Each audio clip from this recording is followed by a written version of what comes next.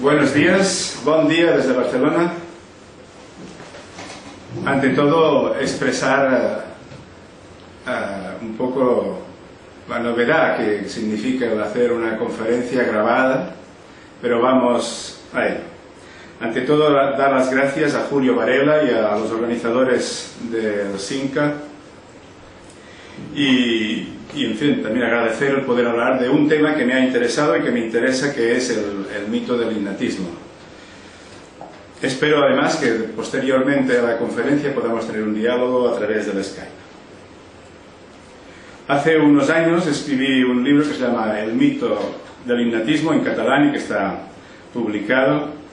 Lo hice en los años 90 y es una reflexión que sigue vigente porque hay temas como el talento, que es un tema que en el mundo del deporte, por ejemplo, es un tema de moda. En todo caso, creo que tiene un calado teórico de un interés muy grande para la psicología y para la educación. Si uno busca qué significa el concepto de mito, puede encontrar varios significados. Yo he escogido tres que me han interesado. El primero es el del diccionario. En el diccionario dice que un mito es un dicho, una narración, plásticas, fabulosas y generalmente contrapuestas a cualquier tipo de formulación razonada y demostrada, utilizada sobre todo para expresar convicciones filosóficas, cosmovisionales o religiosas. Esta es la definición de diccionario. Quizá un interés más grande tiene el concepto y el libro de Turbine, El mito de la metáfora, en el cual Turbine critica el mito de la máquina para explicar todos los fenómenos físicos, fisiológicos, psicológicos e incluso sociales. Y en ese sentido critica a Descartes, a Newton y a Freud, diciendo que fueron víctimas del vehículo interpretativo que utilizaron en sus metáforas. En ese sentido, por ejemplo, Freud utilizó la metáfora de la máquina de vapor, ¿no?, para sus modelos, para su expresión del inconsciente, de los mecanismos de censura, etc., ¿no? En todo caso, en Turbine, el concepto de mito es sinónimo a vehículo interpretativo. Y, por decirlo así, lo irreal es el vehículo que se iguale el vehículo con el tópico, ¿no? En ese sentido, Turbine, siguiendo a Berkeley, proponía un vehículo interpretativo de la percepción ligado al lenguaje, que es un tema muy interesante, pero que no viene al caso. Otra entrada al concepto de mito es la de Malinowski, en Estudios de Psicología Primitiva, un libro interesante. Dice Malinowski: el mito cumple en la cultura primitiva una función indispensable. Expresa, exalta y codifica las creencias, custodia y legitima la moralidad, garantiza la eficiencia del ritual y contiene reglas prácticas para leccionar al hombre. Esto creo que es una de las mejores definiciones de mito, y en el caso del mito del innatismo cumple prácticamente con todas las características de esta definición. Por ejemplo, es una formulación fabulosa, está claro. Es una creencia indemostrada que expresa una convicción religioso-científica, en el caso del mito del innatismo, sobre la explicación de la conducta humana. Luego es un vehículo interpretativo también. Es una institución cognitiva que funciona siempre en el momento de plantear los temas explicativos de la conducta humana. Luego también expresa, exalta y codifica una creencia explicativa sobre la causa de la conducta. Es el tema del dilema innato aprendido y el porcentaje, que a veces se discute de si hay un porcentaje de innato o de adquirido. Y otro muy interesante: custodia y legitima la moralidad. Todo el tema de la responsabilidad o culpa sobre la conducta también está ligado a si es innato o es aprendido. Garantiza la eficiencia del ritual. Hay un ritual típico que conocemos todos los psicólogos y educadores, que es preguntarse si lo que hace una persona es innato o aprendido. Es como un ritual de la ciencia. Y contiene reglas prácticas para leccionar. Me viene fácilmente este dicho en latín de que quod natura non dat, Salamanca non presta, que aquí es muy conocido, supongo que en México también, ¿no? Que es lo que la naturaleza no da, que sería lo innato, Salamanca no lo presta, no, tampoco lo da, ¿no? En el libro que comenté al principio, que es este, El mito del innatismo, yo hice, y no tiene sentido ahora repetir lo del libro, esta conferencia la planteo más como un complemento al libro, hice una serie de referencias a distintos, por decirlo así, submitos del innatismo. Es decir, varias instituciones, varios contenidos que constituyen el mito en su globalidad. En primer caso estaría la astrología como una parte importante del mito, y es esa creencia que todos conocemos en una determinación fatal de la conducta a partir de la posición de los astros. En este sentido empiezo citando un texto de Maimónides, este sabio judío medieval, que decía que sabed que todas estas cosas relativas a los decretos de los astros, es decir, que pasará esto y no aquello, o que si el nacimiento de este niño hará que le pase tal cosa o tal otra, creerlas no es de sabios sino de tontos. Esto es un escrito del año sobre el siglo XII, que es una carta que escribió a los sabios de Montpellier cuando estos, en la universidad que había de medicina, que empezaba entonces en Montpellier, le preguntaron sobre qué opinaba de la astrología. Esto es lo que dijo Maimónides, y creo que es una referencia bien interesante para el tema. De todas maneras, como se sabe, este tema sigue vigente, y otros temas como son los biorritmos, que es una variante. Y en el mundo del deporte, por ejemplo, hay entrenadores que tienen en cuenta los biorritmos, que no son los ritmos biológicos, para seleccionar a sus atletas. O también en política. Hay grandes políticos en el sentido de jefes de Estado, no de grandes, que no toman una decisión si antes no consultan al astrólogo, cosa que es lamentable, pero es lo que sucede. O sea, el tema es de actualidad. Otro subtema o submito del mito general del innatismo es ya una posición filosófica, la posición del racionalismo, del empirismo, sobre si la conducta es innata o es aprendida. Este es un tema ya más filosófico, como decía, y innato quiere decir del nacer, y de alguna forma ha sido la base, no tanto la astrología, pero la astrología es importante, la base que ha alimentado más modernamente el mito, ¿no? En este sentido, leo un texto de Voltaire que de alguna forma, con mucha ironía, como era habitual, criticaba estos supuestos innatistas, y decía textualmente: el alma es un espíritu puro que ha recibido en el vientre de la madre todas las ideas metafísicas y que, al salir, se ve obligada a ir a escuela y a aprender nuevamente todo aquello que ha sabido tan bien y que no sabrá nunca más. O sea, la idea es este contrasentido cultural de decir que las cosas son innatas, pero mandar al niño a la escuela, además pensando que nunca va a saber bien las cosas que ya supo de forma innata, que es realmente una paradoja que Voltaire critica, ¿no? El tema del innatismo, por otra parte, está ligado al tema del talento actualmente. O sea, el innatismo se pondría, el tema del talento se situaría dentro de esta posición más bien filosófica, no tanto de astrología, tampoco de biología, aunque evidentemente la ligación con herencia, ¿no? Pero estaría en este punto, el talento, que es una metáfora. El talento era una moneda griega y posteriormente fue anteriormente un peso y luego una moneda, y se ha utilizado como vehículo interpretativo para decir que una persona tiene una capacidad, pero evidentemente es una metáfora, no existe el talento, es una manera de decir que alguien puede hacer algo, pero nada más, y estaría en este contexto. Creo que otro elemento del mito del innatismo es el mecanicismo. Porque el mecanicismo es decir que el hombre es una máquina, y por supuesto la máquina es un un vehículo interpretativo que tiene en su construcción la capacidad de hacer unas cosas y todo lo que haces está previsto en esa capacidad.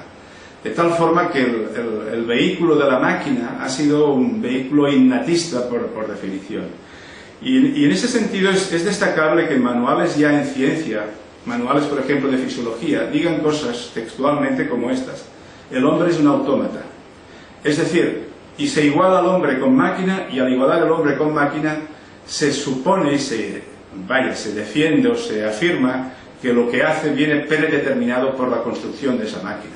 En ese sentido el mecanicismo es otro alimentador, otra fuente de la teoría del innatismo. Otro concepto que alimenta el innatismo es el concepto de instinto, y sobre todo la etología y en fin, el uso del concepto de instinto para cosas que no son instinto, ¿no? Y en ese sentido también destaco un texto de un científico catalán que decía textualmente lo siguiente: cuando decimos que comemos por instinto, que el instinto nos avisa de si un elemento es nocivo, hablamos por hablar, porque esto vale tanto como decir que no sabemos por qué escogemos los alimentos o por qué sabemos que este o el otro alimento son nocivos. Ramón Turró trabajó teóricamente y también experimentalmente en el tema del hambre, y lo que él defendía es que cuando decimos que un niño escoge algo por instinto, no es que, en fin, expliquemos el tema, sino que estamos diciendo que no sabemos por qué lo escoge, que si analizamos su existencia, veremos que ha aprendido a escoger. Por eso él dice que cuando decimos que una cosa pasa por instinto, es porque no sabemos por qué pasa. Me parece muy interesante esta idea de Turró, ¿no? En este sentido, pues toda la etología, sobre todo a partir de Lorenz, esta idea de que el instinto o la conducta humana es un instinto que se modifica por la experiencia, me parece que sigue este mismo modelo y de alguna forma no entraría dentro de una explicación, suficiente de lo que es esta conducta humana, ¿no? Y el otro elemento, quizá el más importante a nivel científico ya, es el concepto de herencia. La herencia también alimenta el mito. Y esa idea, pues, que corre en inglés de las nature versus nurture conceptions, es decir, de las concepciones de si es la naturaleza o la nutrición la que explica la conducta, se sitúa en este contexto ya de modelos biológicos que quieren explicar la conducta humana. Y en este sentido, lo que hay que decir, que me parece lo más relevante, es que este dilema es un dilema que en biología puede tener sentido, pero aplicar a la psicología el modelo reactivo de estímulo-respuesta del organismo medio me parece una cruza de especies que ahora veremos. Es decir, es trasladar un modelo en un lugar que no le corresponde, porque los fenómenos que queremos explicar no son reactivos, sino que son asociativos. Me parece que este es un tema en el cual podríamos entrar, pero que teóricamente es relevante, ¿no? Llegados a este punto, además, creo que es interesante notar que en el lenguaje ordinario existe una ideología que está a favor de lo innato. Es decir, todo este tema de lo innato, del instinto, de lo preestablecido, de lo fatalmente decidido, no solamente es un tema teórico, filosófico, científico, sino que también es un tema que ya está en el lenguaje ordinario y por tanto es lo que la gente piensa por el hecho de utilizar el lenguaje. Y en ese sentido, uno de los ejercicios que se puede hacer para demostrar esto es que cuando uno busca los sinónimos de innato y los sinónimos de aprendido, se encuentra que está sesgado la interpretación a favor de lo innato. Fíjense, innato es sinónimo de respuesta y adquirido de estímulo. Innato es sinónimo de naturaleza y adquirido de educación. Innato, y esto es importante, es sinónimo de natural y adquirido de artificial o facticio. Innato es sinónimo de ingénito, congénito, nativo, connatural, originario o intrínseco, y adquirido de artificial, nuevamente, contraído, sobrevenido o extrínseco. Está claro, ¿no? Es decir, lo adquirido en el lenguaje ordinario tiene un componente de algo que se añade, pero que no es lo propio, ¿no? Y por esto en lo siguiente se confirma. Innato es eso, lo propio, lo recto o lo correcto, y en cambio lo adquirido es lo impropio, lo extraño, lo ajeno o lo postizo. Con nuevas, diríamos, similitudes y con nuevas analogías, innato es personal y qualitativo, o sea, la esencia, y en cambio adquirido es social y colectivo, no esencial al sujeto, sino lo que es del grupo. Y todavía más sinónimos. Innato es sinónimo de peculiar, privativo, individual, idiosincrático, típico, característico, auténtico, distintivo, singular, especial, específico, y en cambio adquirido es de genérico, vulgar, plural, general o inespecífico. Todavía innato es sinónimo de adecuado y adquirido de inadecuado.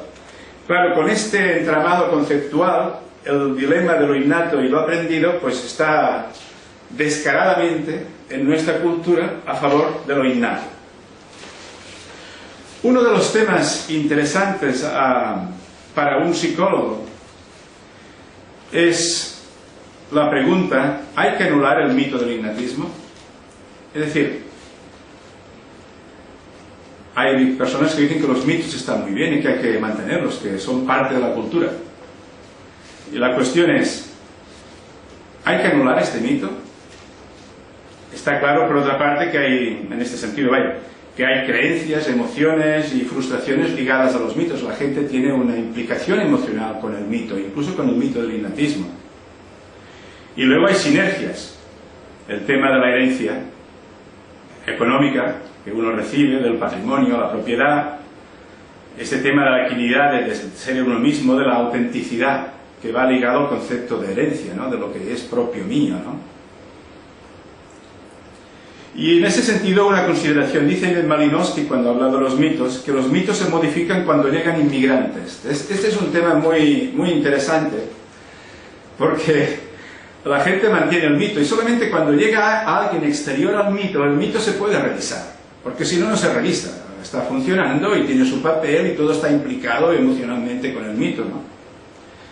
Pero yo creo que sí, que los mitos se deben modificar, que este es el papel de la ciencia. La ciencia tiene como objetivo superar las explicaciones espurias, y los mitos son explicaciones espurias. En fin, puede no hacerse, pero si uno es científico debe hacerlo. Si no, no estamos trabajando en esto, ¿no? Estamos trabajando en otra cosa. Y en ese sentido, pues, lo que creo que hay que hacer es esto, analizar cómo funciona el mito, parte lo hemos hecho hasta ahora, y combatirlo de una perspectiva científica, ¿no? Como he dicho antes, el mito tiene componentes prerracionales. Es el caso de la astrología, es completamente irracional. La astrología, los biorritmos y cualquier otro tipo de práctica supersticiosa tiene componentes racionales. Sería el caso del innato aprendido, y ya es de la época racional, por decirlo así. Y luego tiene componentes filosóficos, como sería este, y luego de teorías científicas, como puede ser el instinto, que ya forma parte de la ciencia.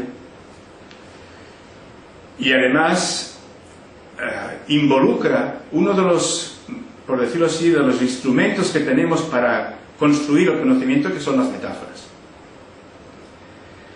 Y en ese sentido, por ejemplo, la metáfora de la capacidad de una máquina o de la capacidad forma parte del entramado científico y cultural actual, ¿no? La gente utiliza esta metáfora de la capacidad de algo que tiene más capacidad que otra cosa, ¿no? Pero sobre todo la máquina como vehículo interpretativo para la psique. Esto yo creo que es una de las metáforas más utilizadas, y que significa aplicar a lo psíquico, a lo mental, un vehículo interpretativo físico. Y claro, intentar entender lo mental a partir de lo físico es hacer una cruce de especies y de alguna forma, errar, caer víctima de la metáfora, como decía Turbin, ¿no? Y quizá una metáfora muy interesante para los conductistas de analizar es ver que se ha utilizado el modelo de reacción para fenómenos que no son reactivos, sino asociativos. Este es un tema que yo creo que en el grupo del SINCA que me ha invitado, pues ha de ser un tema relevante, ¿no? En este contexto de combatir el mito del innatismo, creo yo que es relevante, sobre todo, como decía, de cara a los postulados y a los puntos de vista conductuales o conductistas, el distinguir entre biología y psicología. Es uno de los temas que a mí personalmente más me ha interesado, sobre todo a partir de mi trabajo en temas de sensación y percepción, pero luego también en temas de emociones, de condicionamiento. Creo que hay una lógica de la asociación que es distinta a la lógica de la reacción. De una forma muy clara, creo que reaccionar no es lo mismo que anticipar. Y por tanto, lo que yo puedo explicar en términos de reaccionar no se aplican, o haré o tendré problemas si lo aplico para explicar el tema del anticipar. Esto es lo que ha hecho la biología, por ejemplo, cuando intenta explicar por qué una persona tiene un ritmo de vida y tiene un horario o se anticipa en el deporte, pues dice que tiene un cronómetro interior. Que de hecho ya es una metáfora para la propia biología decir que tiene un cronómetro. Pero está claro que es desde una perspectiva de estímulo-respuesta decir que en medio hay un elemento que controla el tiempo. Y claro, esto no es lo que en psicología podemos admitir, porque anticipar es una constancia perceptiva y es una relación, no es algo que haga un cronómetro interno, ¿verdad? Y ahí hay un debate importante, ver cómo la biología nos manda, por decirlo así, metáforas mecanicistas, y nosotros nos las tenemos que ver con ese lenguaje que además es impropio para ellos y para nosotros es malo.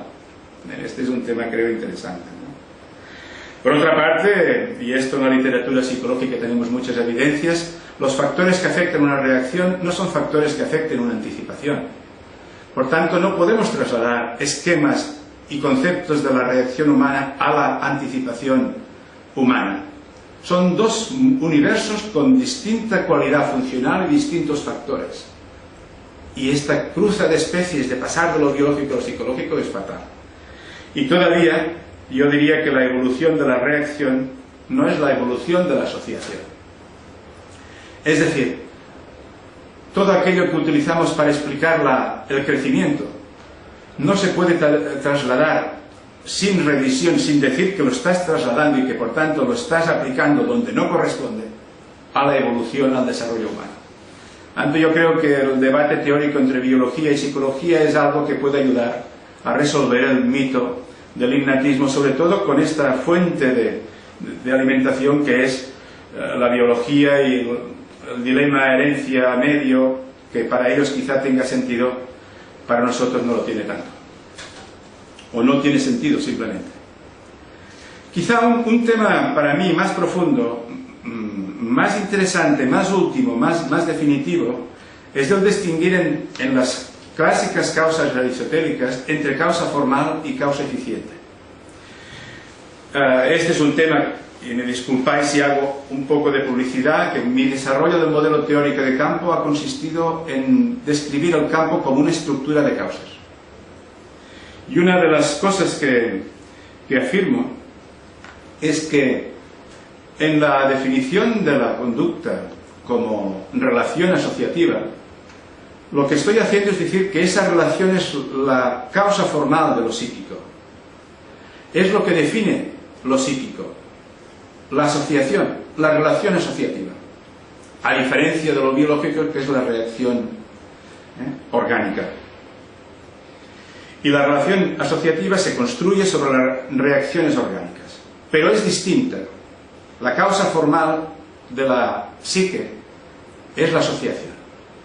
Pero claro, y esto es lo que antes decía, no es lo mismo en reaccionar que anticipar. Pero el mito del innatismo en lo que incide es en que las personas pueden tener algo que predetermine ese anticipar. algo que haga que esta persona tenga ese anticipar o no lo tenga. Y en ese sentido, está claro que no puedo entender lo que es el anticipar a partir de lo biológico, pero sí que aspectos biológicos pueden determinar que un sujeto llegue a anticipar o no, o que su anticipación sea mejor o peor. En ese sentido, diferencias, por ejemplo, en capacidad auditiva, sonoridad, tono y timbre. Por ejemplo, hay personas que perciben mejor, sienten determinadas frecuencias mejor que otras. Puede determinar eficientemente que exista o no exista una constancia perceptiva y que por tanto pueda tener un rendimiento mejor en la música o en otras actividades. O sea, lo biológico puede determinar eficientemente la constancia perceptiva, lo psicológico, pero no la forma de lo psicológico. Y en esta distinción entre la causa formal y la causa eficiente podría haber posibilidad de un diálogo para llegar a entender qué ha querido decir la gente, porque algo de verdad quizá hay en el mito. La gente ha querido decir que hay cosas que de alguna forma en lo biológico se predetermina lo psicológico, pero nunca la forma de lo psicológico, sino solamente la concreción de la forma. Este es un tema que lo dejo, que sería tema para otra conferencia, y creo que es el tema clave. El tema de la distinción entre la causa formal y la causa eficiente. Es lo que desarrollo en el libro Psicología y la Introducción Teórica que tenéis en el PowerPoint y que si alguien está interesado pues puede acudir a esto, ¿no? ¿Qué interés tiene que nosotros hablemos de estas cosas? Evidentemente un interés por el conocimiento. Simplemente por explicar mejor las cosas. Anular el misterio es nuestro trabajo como científicos. Y en ese sentido, creo que la psicología y la educación se verían muy beneficiadas si lográramos el neutralizar este mito, llegar a tener una concepción que lo, incluso captando lo que de verdad puede tener el mito, lo anuláramos por una teoría mejor de la conducta humana. Creo que la psicología y la educación se verían muy beneficiadas de ello. Y en ese sentido digo que donde ahora tenemos unas tecnologías muy ligadas a los modelos reactivos, tendríamos tecnologías muy ligadas a los modelos asociativos. La educación es una tecnología psicológica. De hecho, es la tecnología psicológica y no es biológica. Un desarrollo de un modelo psicológico significaría una mejor educación y una mejor tecnología educativa. Diría que hoy en día se reacciona a las enfermedades, pero no hay una educación para la salud. Donde hay médicos debería haber educadores. Este sería la ganancia de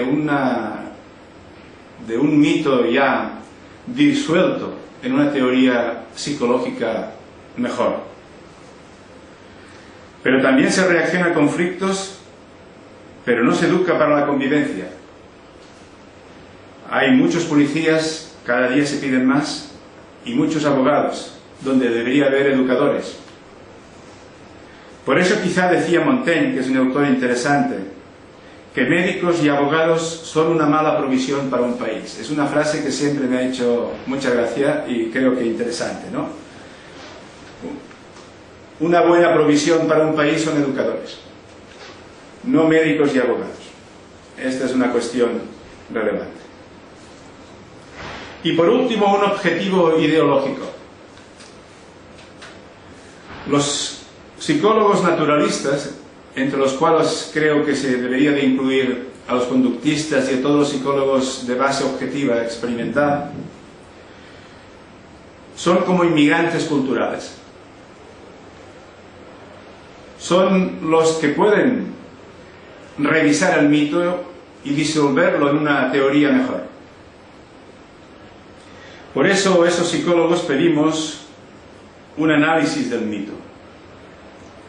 Y análisis quiere decir lo siguiente: Mostrar lo infundado de su formulación. Efectivamente, el mito es una creencia infundada. Mostrar su impertinencia explicativa. Incluso cuando decimos que se aplica a lugares donde no debería, ¿no? Es esta la palabra impertinencia, pero es que es un mal modelo, por supuesto. Mostrar lo reaccionario que resulta a efectos del cambio social. Este es un tema sin duda relevante, ¿no? El mito mantiene las cosas como están y de cara a un cambio no da ideas. En cambio, una psicología científica naturalista daría ideas para este cambio. Y el mito también nos invita a desarrollar una teoría funcional que integre todos los aspectos de los fenómenos humanos, incluidos los biológicos. Y en ese diálogo entre biología y psicología, que se vea la interdependencia de lo biológico respecto a lo psicológico, sin que una cosa se anule la otra, o se solape la otra, yo creo que con este planteamiento estaríamos cubriendo este objetivo ideológico naturalista que creo que es el que le falta a la sociedad actual. Y nada, estas son las ideas que os he querido expresar. Espero que tengáis el PowerPoint para, digamos, recordarlas. Y nada, quedo a vuestra disposición por si la tecnología nos permite contactar a partir de este momento. Muchas gracias.